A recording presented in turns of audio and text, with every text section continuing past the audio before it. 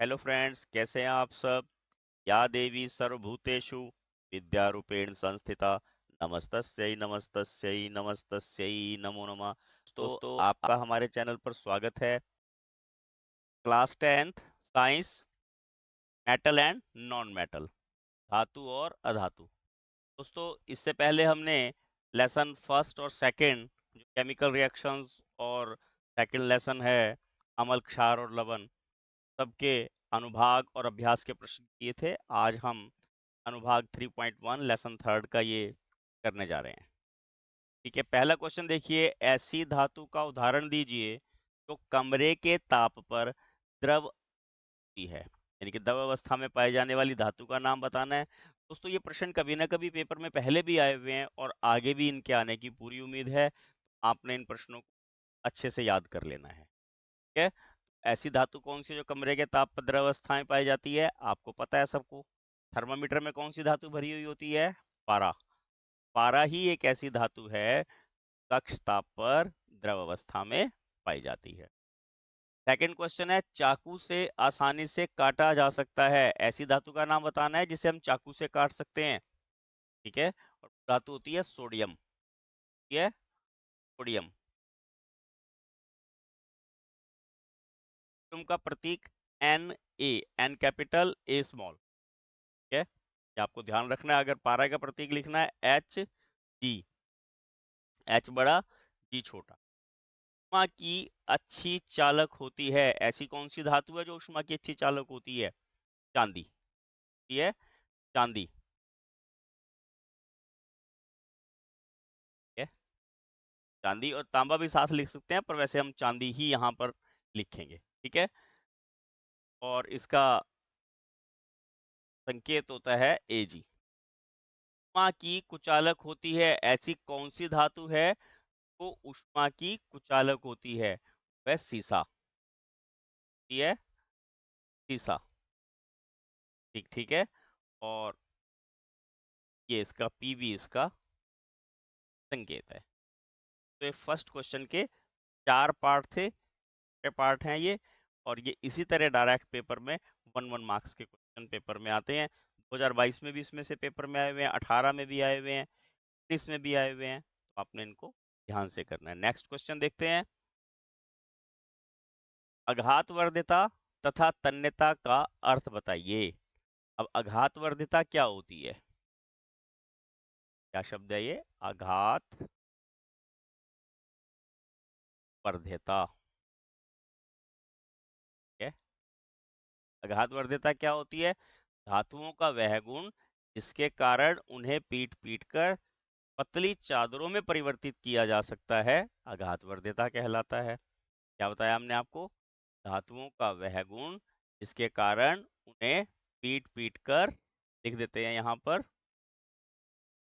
धातुओं का वह गुण के कारण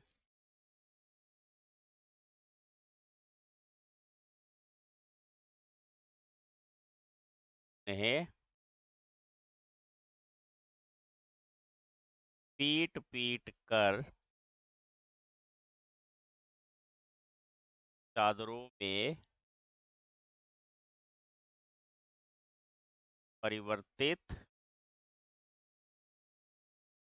किया जा सकता है,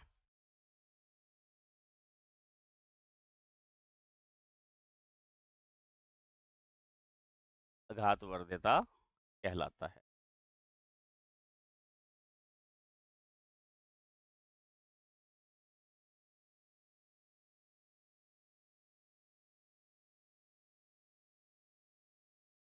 ठीक है, क्या बताया हमने? धातुओं का वह गुण जिसके कारण उन्हें पीट पीट कर चादरों में परिवर्तित किया जा सकता है, अघातवर्ध्यता कहलाता है।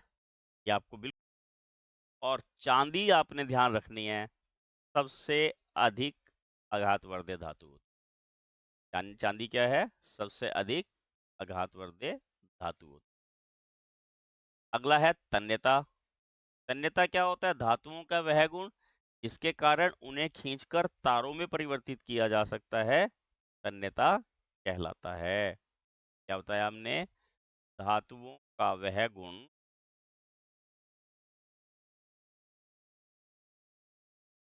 इसके कारण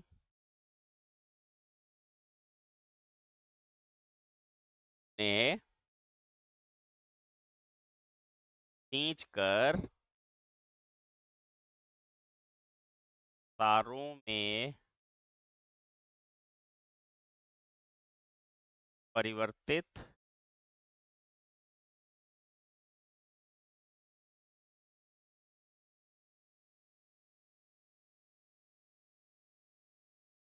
तारों में परिवर्तित किया जा सकता है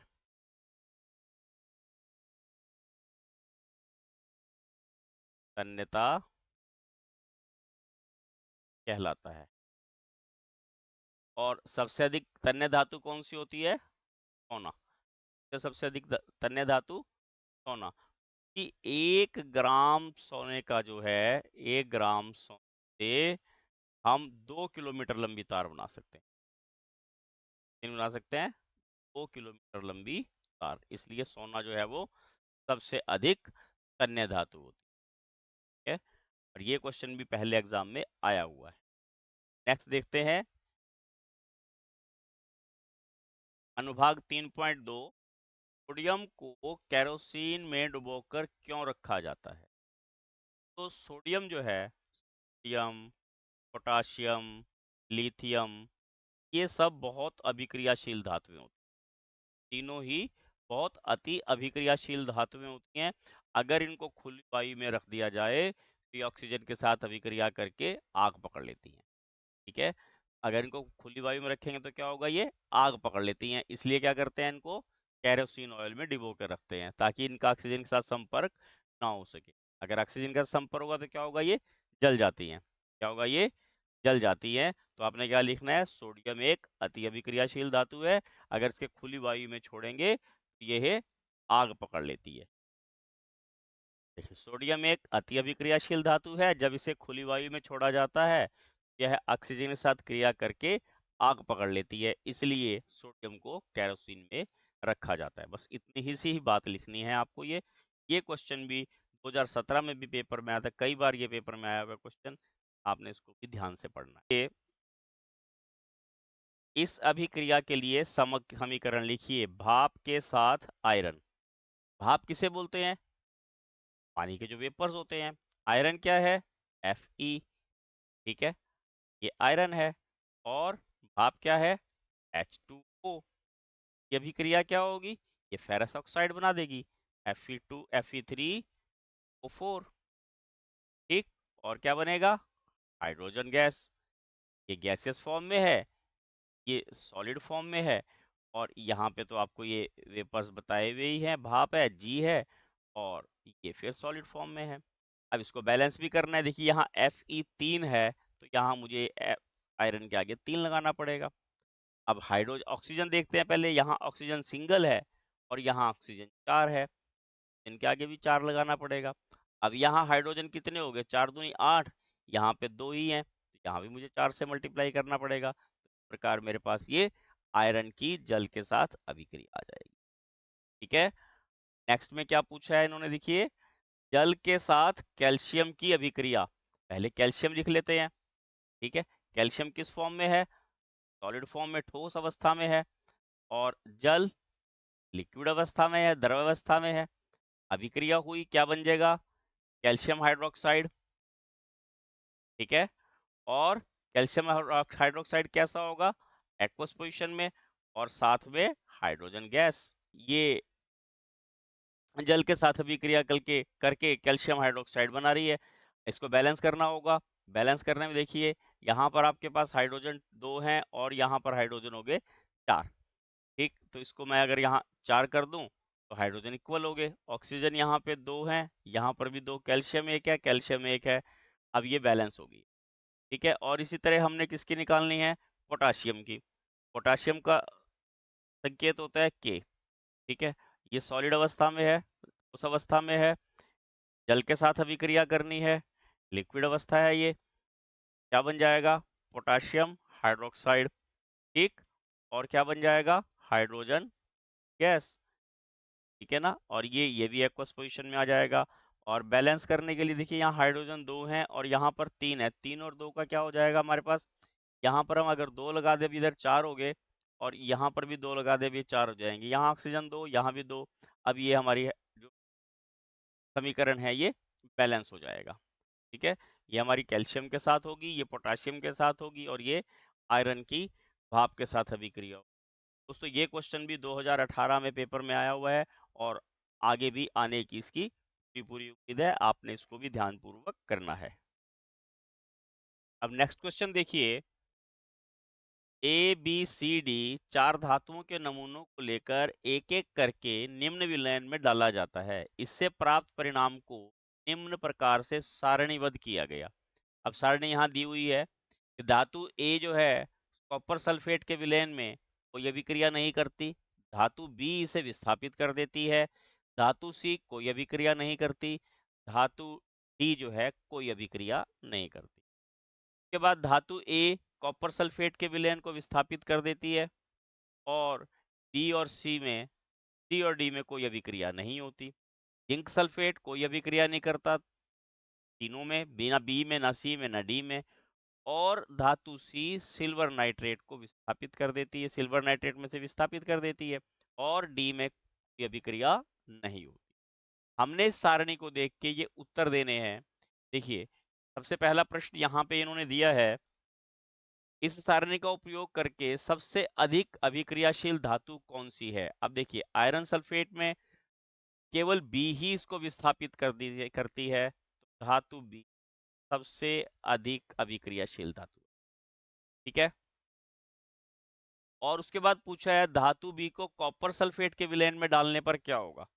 अब देखिए कॉपर सल्फेट के विलयन में धातु डालने पर क्या होता है कि वो इसको विस्थापित कर देगी, ठीक है ना। कॉपर सल्फेट के जो से कॉपर सल्फेट से कॉपर को विस्थापित कर देगी, और फिर विलयन क्या होगा, नीला हो जाएगा। क्या लिखेंगे हम यहाँ,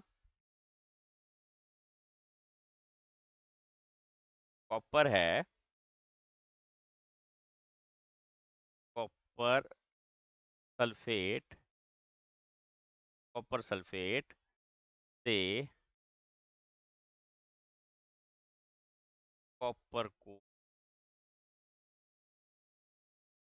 विस्थापित कर दे, स्थापित कर देगी, और विलयन का रंग कैसा हो जाएगा,